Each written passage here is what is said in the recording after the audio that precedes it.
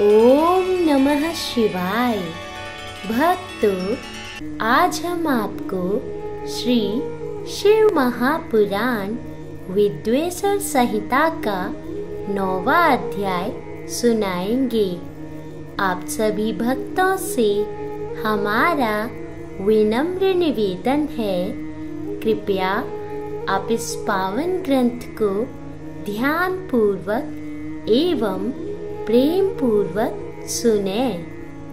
सदाचार, शौचाचार, स्नान, भस्म धारण, संध्या वंदन, प्रणव जप, गायत्री जप, दान, न्यायतः धनोपार्जन तथा अग्निहोत्र आदि की विधि तथा महिमा का वर्णन।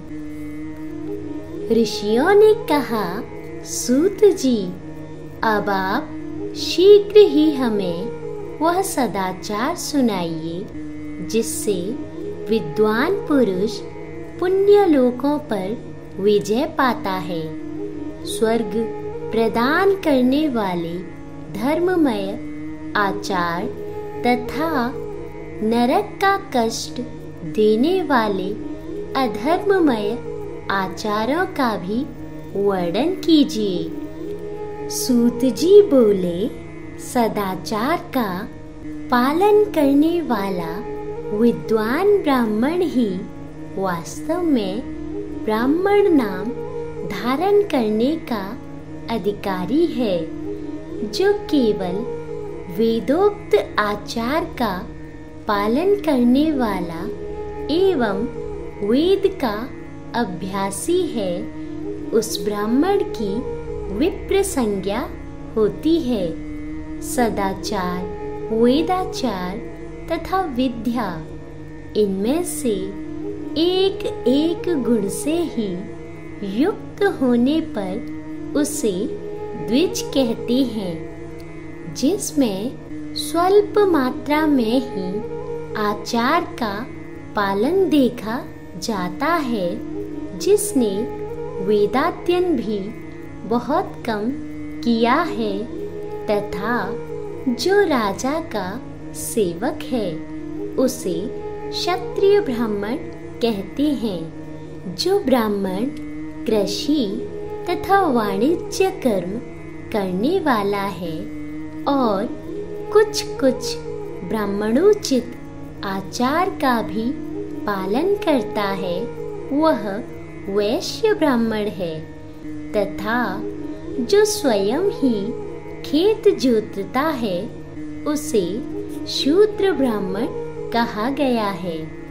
जो दूसरों के दोष देखने वाला और परद्रोही है उसे चांडाल द्विज कहते हैं। इसी तरह क्षत्रियों में भी जो पृथ्वी का पालन करता है वह राजा है। दूसरे लोग राजत्वहीन क्षत्रिय माने गए हैं। वैश्यों में भी जो धान्य आदि वस्तुओं का क्रय विक्रय करता है वह वैश्य कहलाता है। दूसरों को वणिक कहते हैं। जो ब्राह्मणों, क्षत्रियों तथा वैश्यों की सेवा में लगा रहता है वही वास्तव में शूद्र कहलाता है। जो शूद्र हल जोतने का काम करता है उसे वृषल समझना चाहिए।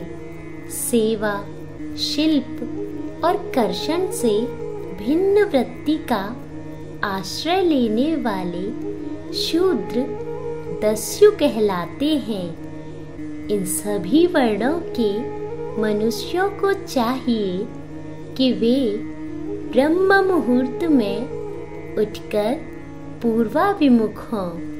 सबसे पहले देवताओं का, फिर धर्म का, अर्थ का, उसकी प्राप्ति के लिए उठाए जाने वाले क्लेशों का तथा आय और व्यय का भी चिंतन करें। रात के पिछले पहर को उषः काल जानना चाहिए। उस अंतिम पहर का जो आधा या मध्य भाग है उसे संधि कहते हैं। उस संधि काल में उठकर द्विज को मलमूत्र आदि का त्याग करना चाहिए। घर से दूर जाकर बाहर से अपने शरीर को ढके रखकर दिन में उत्तराभिमुख बैठकर मलमूत्र का त्याग करें। यदि उत्तराभिमुख बैठने में कोई रुकावट हो तो दूसरी दिशा की ओर मुख करके बैठे। जल, अग्नि, ब्राह्मण आदि तथा देवताओं का सामना बचाकर बैठे। मल त्याग करके उठने पर फिर उस मल को न देखे। तदनंतर जलाशय से बाहर निकाले हुए जल से ही गुदा की शुद्धि करे अथवा देवताओं, पितरों तथा ऋषियों के तीर्थों में उतरे बिना ही प्राप्त हुए जल से शुद्धि करनी चाहिए। गुदा में 7, 5 या 3 बार मिट्टी लगाकर उसे धोकर शुद्ध करें। लिंग में ककोड़े के फल के बराबर मिट्टी लेकर लगाएं और उसे धो दें, परंतु गुदा में लगाने के लिए 1 पसर मिट्टी की आवश्यकता होती है। लिंग और गुदा की शुद्धि के पश्चात उठकर अन्यत्र जाए और हाथ पैरों की शुद्धि करके 8 बार कुल्ला करे। जिस किसी वृक्ष के पत्ते से अथवा उसके पतले काष्ठ से जल के बाहर दतुअन करना चाहिए, उस समय तर्जनी अंगुली का उपयोग न करें। यह दंत शुद्धि का विधान बताया गया है। तदनंतर जल संबंधी देवताओं को नमस्कार करके मंत्र पाठ करते हुए जलाशय में स्नान करें।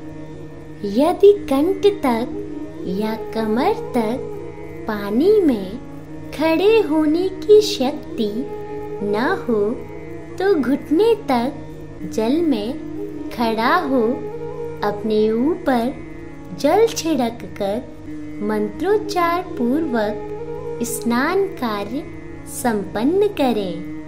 विद्वान पुरुष को चाहिए कि वहाँ तीर्थ जल से देवता आदि का स्नानांग तर्पण भी करे।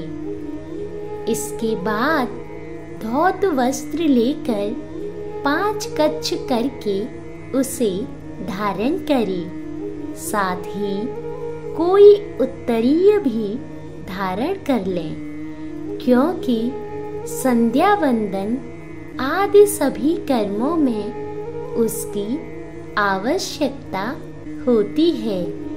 नदी आदि तीर्थों में स्नान करने पर स्नान संबंधी उतारे हुए वस्त्र को वहाँ न धोएं। स्नान के पश्चात विद्वान पुरुष भीगे हुए उस वस्त्र को बावड़ी में कुएं के पास अथवा घर आदि में ले जाए और वहाँ पत्थर पर, लकड़ी आदि पर जल में या स्थल में अच्छी तरह धोकर उस वस्त्र को निचोड़े।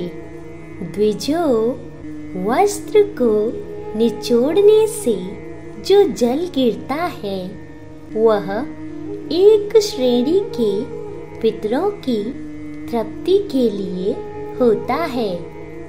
इसके बाद जाबाली उपनिषद में बताए गए अग्निरीति मंत्र से भस्म लेकर उसके द्वारा त्रिपुंड लगाए। इस विधि का पालन न किया जाए इसके पूर्व ही यदि जल में भस्म गिर जाए तो गिराने वाला नरक में जाता है। आपो ही ष्ठा इत्यादि मंत्र से पाप शांति के लिए सिर पर जल छिड़के तथा यस्य छयाय इस मंत्र को पढ़कर पैर पर जल छिड़के। इसे संधि प्रोक्षण कहते हैं।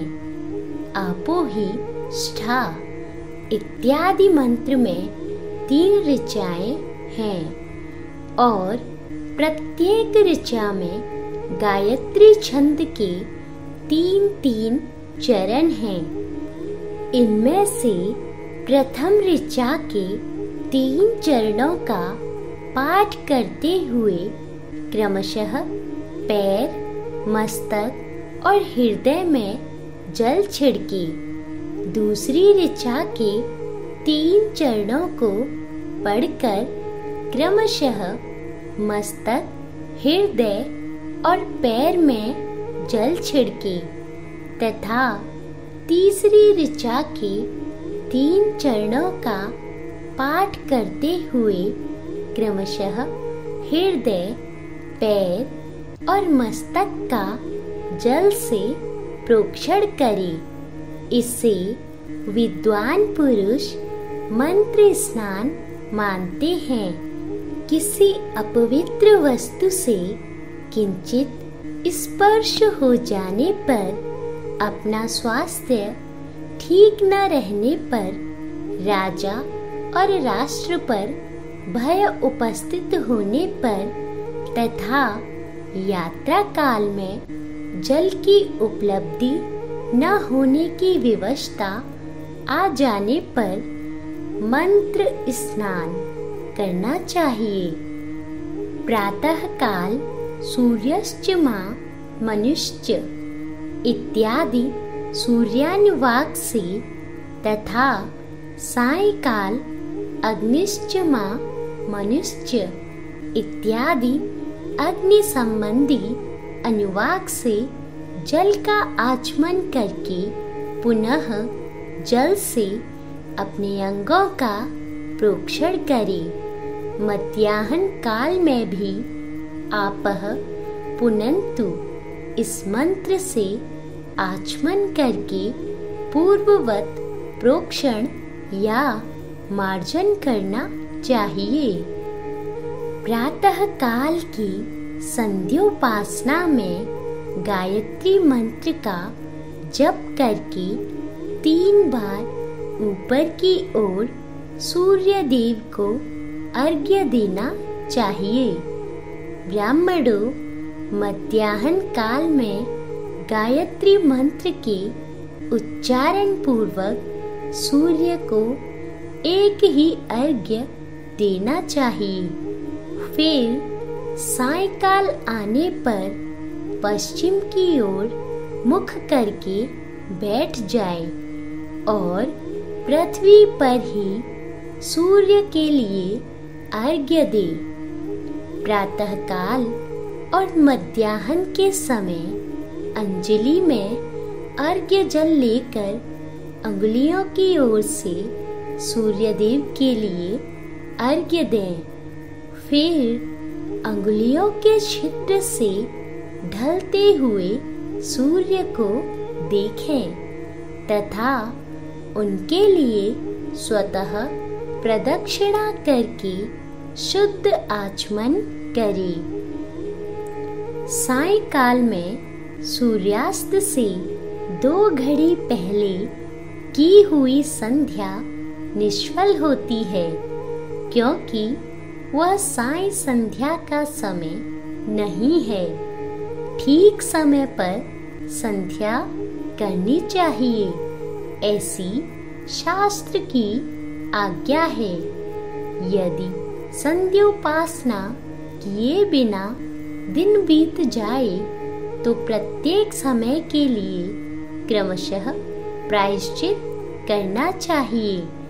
यदि एक दिन बीते तो प्रत्येक बीते हुए संध्या काल के लिए नित्य नियम के अतिरिक्त 100 गायत्री मंत्र का अधिक जप करे।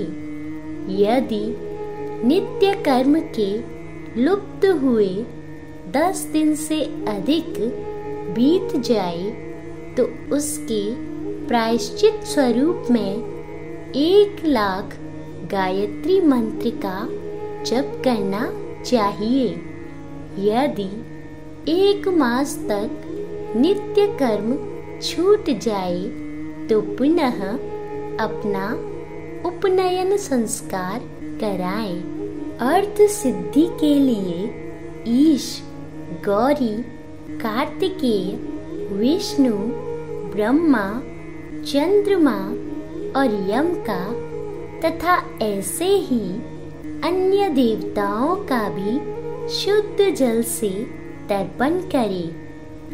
फिर तर्पण कर्म को ब्राह्मणपण करके शुद्ध आचमन करें। तीर्थ के दक्षिण प्रशस्त मठ में, मंत्रालय में, देवालय में, घर में अथवा अन्य किसी नियत स्थान में आसन पर स्थिरता पूर्वक बैठकर विद्वान पुरुष अपनी बुद्धि को स्थिर करे और संपूर्ण देवताओं को नमस्कार करके पहले प्रणव का जप करने के पश्चात गायत्री मंत्र की आवृत्ति करे।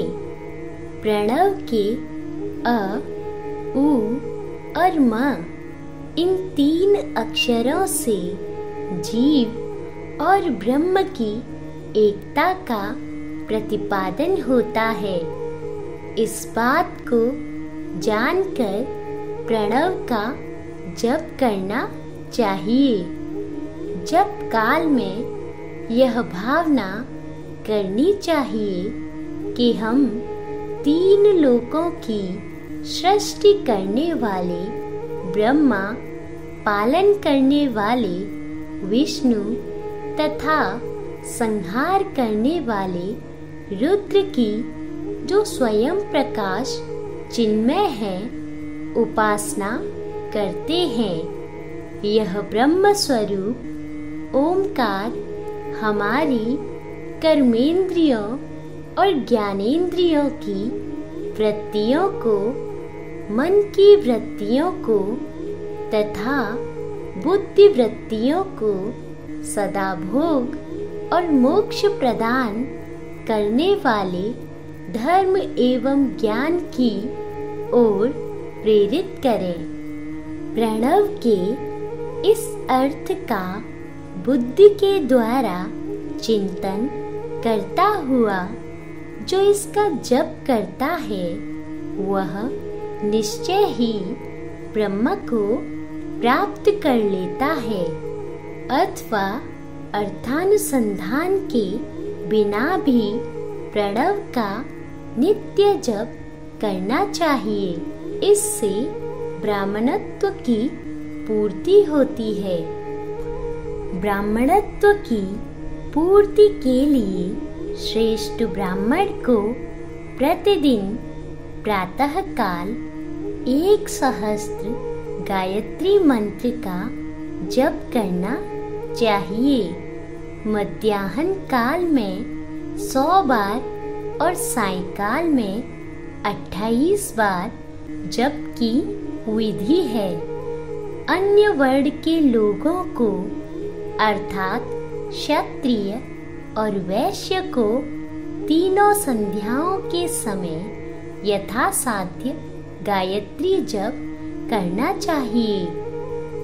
शरीर के भीतर मूलाधार, स्वादिष्ठान, मणिपुर, अनाहत, आज्ञा और सहस्त्रार, ये 6 चक्र हैं। इनमें मूलाधार से लेकर सहस्त्रार तक 6 स्थानों में क्रमशः विद्वेश्वर, ब्रह्मा, विष्णु, ईश, जीवात्मा और परमेश्वर स्थित हैं।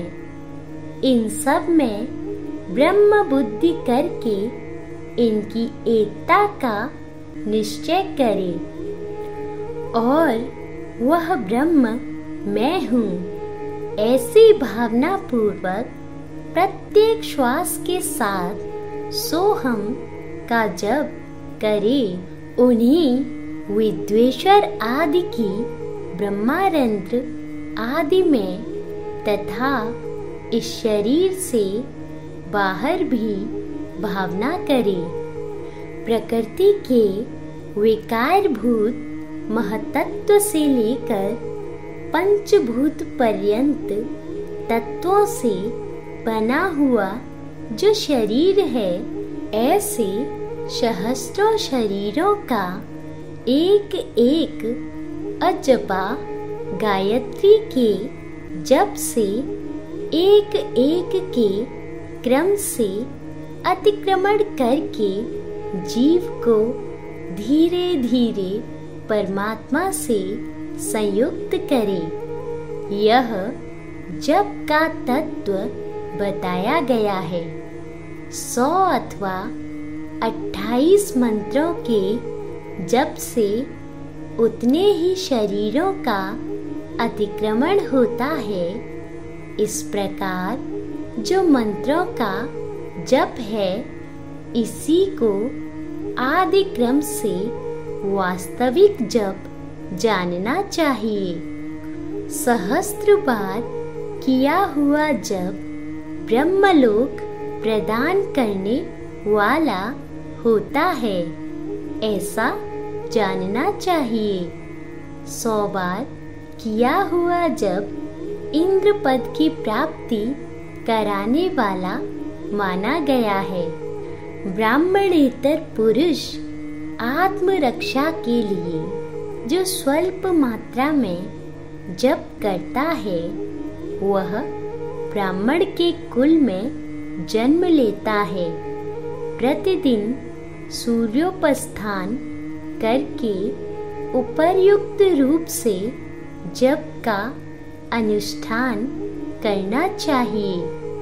12 लाख गायत्री का जप करने वाला पुरुष पूर्ण रूप से ब्राह्मण कहा गया है।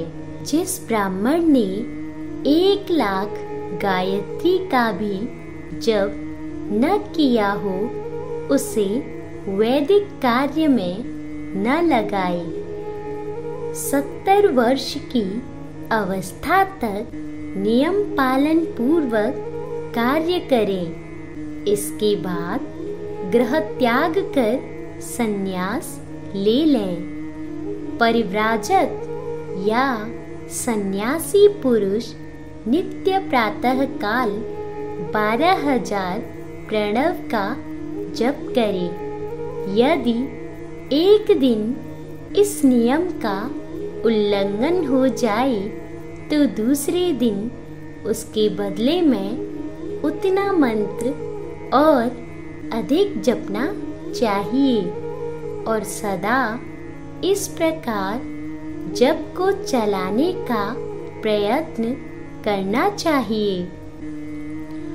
यदि क्रमशः 1 मास आदि का उल्लंघन हो गया, तो 1.5 लाख जप करके उसका प्रायश्चित करना चाहिए।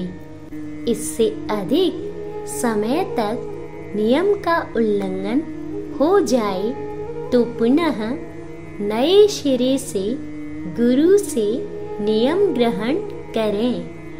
ऐसा करने से दोषों की शांति होती है, अन्यथा वह रौरव नरक में जाता है।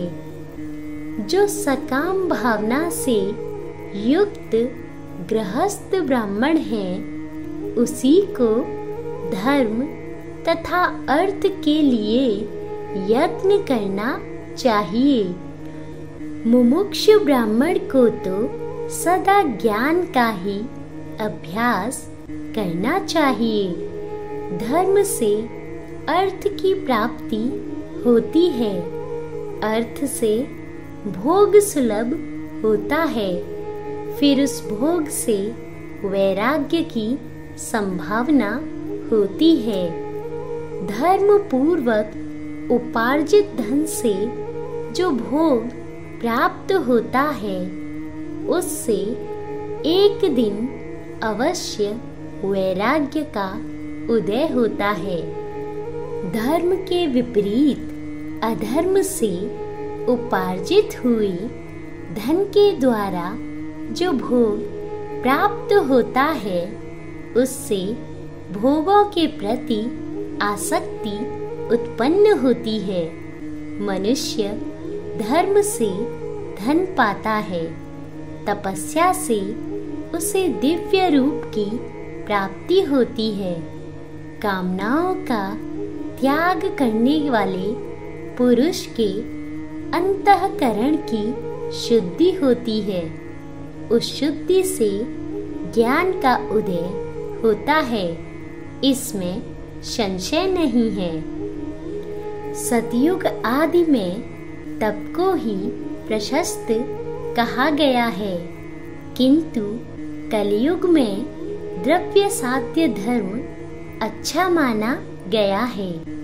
सतयुग में ध्यान से, त्रेता में तपस्या से और द्वापर में यज्ञ करने से ज्ञान की सिद्धि होती है, परंतु कलयुग में प्रतिमा की पूजा से ज्ञान लाभ होता है।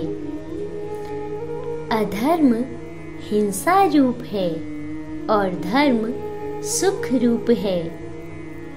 अधर्म से मनुष्य दुख पाता है और धर्म से वह सुख एवं अभ्युदय का भागी होता है।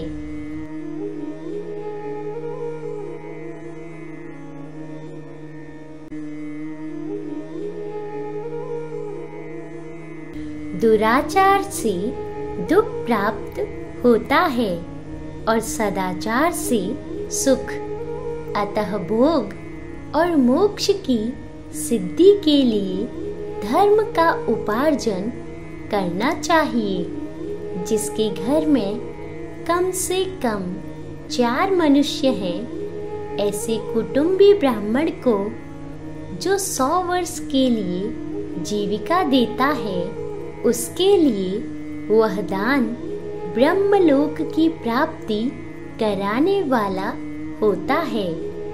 1 सहस्त्र चांद्रायण व्रत का अनुष्ठान ब्रह्मलोकदायक माना गया है।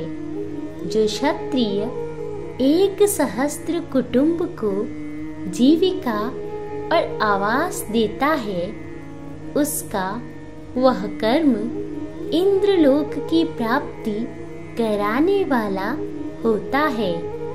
10,000 कुटुंबों को दिया हुआ आश्रय दान ब्रह्मलोक प्रदान करता है। दाता पुरुष जिस देवता को सामने रखकर दान करता है, अर्थात वह दान के द्वारा जिस देवता को प्रसन्न करना चाहता है, उसी का लोक उसे प्राप्त होता। यह बात वेद वेत्ता पुरुष अच्छी तरह जानते हैं। धनहीन पुरुष सदा तपस्या का उपार्जन करे, क्योंकि तपस्या और तीर्थ सेवन से अक्षय सुख पाकर मनुष्य उसका उपभोग करता है। अब मैं न्यायतः धन के उपार्जन की विधि बता रहा हूँ। ब्राह्मण को चाहिए कि वह सदा सावधान रहकर विशुद्ध प्रतिग्रह तथा याजन आदि से धन का अर्जन करे। वह इसके लिए कहीं दीनता न दिखाए और न अत्यंत क्लेशदायक कर्म ही करे। क्षत्रिय बाहुबल से धन का उपार्जन करे और वैश्य कृषि एवं गौरक्षा से न्यायोपार्जित धन का दान करने से दाता को ज्ञान की सिद्धि प्राप्त होती है। ज्ञान सिद्धि द्वारा सब पुरुषों को गुरु कृपा मोक्ष सिद्धि सुलभ होती है। मोक्ष से स्वरूप की सिद्धि प्राप्त होती है, जिससे मुक्त पुरुष परमानंद का अनुभव करता है। गृहस्थ पुरुष को चाहिए कि वह धन धान्यादि सब वस्तुओं का दान करे। वह तृषा निवृत्ति के लिए जल तथा क्षुधा रूपी रोग की शांति के लिए सदा अन्न का दान करे। खेत, धान्य, कच्चा अन्न तथा भक्ष्य, भोज्य, लेह और चौष्य, ये 4 प्रकार के सिद्ध अन्न दान करने चाहिए, जिसके अन्न को खाकर मनुष्य जब तक कथा श्रवण आदि सत्कर्म का पालन करता है, उतने समय तक उसके किए हुए पुण्य फल का आधा भाग दाता को मिल जाता है। इसमें संशय नहीं है। दान लेने वाला पुरुष दान में प्राप्त हुई वस्तु का दान तथा तपस्या करके अपने प्रतिग्रह जनित पाप की शुद्धि कर ले, अन्यथा उसे रौरव नरक में गिरना पड़ता है। अपने धन के 3 भाग करे। एक भाग धर्म के लिए, दूसरा भाग वृद्धि के लिए तथा तीसरा भाग अपने उपभोग के लिए। नित्य, नैमित्तिक और काम्य, ये तीनों प्रकार के कर्म धर्मार्थ रखे हुए धन से करें। साधक को चाहिए कि वह वृद्धि के लिए रखे हुए धन से ऐसा व्यापार करे जिससे उस धन की वृद्धि हो तथा उपभोग के लिए रक्षित धन से हितकारक, परमित एवं पवित्र भोग भोगे। खेती से पैदा किए हुए धन का 10वां अंश दान कर दे। इससे पाप की शुद्धि होती है। शेष धन से धर्म, वृद्धि एवं उपभोग करे, अन्यथा वह रौरव नरक में पड़ता है अथवा उसकी बुद्धि पाप पूर्ण हो जाती है या खेती ही चौपट हो जाती है। वृद्धि के लिए किए गए व्यापार में प्राप्त हुए धन का 6वां भाग दान कर देने योग्य है। बुद्धिमान पुरुष अवश्य उसका दान कर दें। विद्वान को चाहिए कि वह दूसरों के दोषों का बखान न करे। ब्राह्मणों, दोषवश दूसरों के सुने या देखे हुए छिद्र को भी प्रकट न करें। विद्वान पुरुष ऐसी बात न कहें जो समस्त प्राणियों के हृदय में रोष पैदा करने वाली हो। ऐश्वर्य की सिद्धि के लिए दोनों संध्याओं के समय अग्निहोत्र कर्म अवश्य करें। जो दोनों समय अग्निहोत्र करने में असमर्थ हो, वह एक ही समय सूर्य और अग्नि को विधि पूर्वक दी हुई आहुति से संतुष्ट करें। चावल, धान्य, घी, फल, कंद तथा हविष्य इनके द्वारा विधि पूर्वक स्थाली पाक बनाएं तथा यथोचित रीति से सूर्य और अग्नि को अर्पित करें। यदि हविष्य का अभाव हो तो प्रधान होम मात्र करें। सदा सुरक्षित रहने वाली अग्नि को विद्वान पुरुष अजस्त्र की संज्ञा देते हैं अथवा संध्या काल में जप मात्र या सूर्य की वंदना मात्र कर लें। आत्मज्ञान की इच्छा वाले तथा धनार्थी पुरुषों को भी इस प्रकार विधिवत उपासना करनी चाहिए, जो सदा ब्रह्म यज्ञ में तत्पर होते हैं, देवताओं की पूजा में लगे रहते हैं, नित्य अग्नि पूजा एवं गुरु पूजा में अनुरुक्त होते हैं तथा ब्राह्मणों को तृप्त किया करते हैं। वे सब लोग स्वर्गलोक के भागी होते हैं।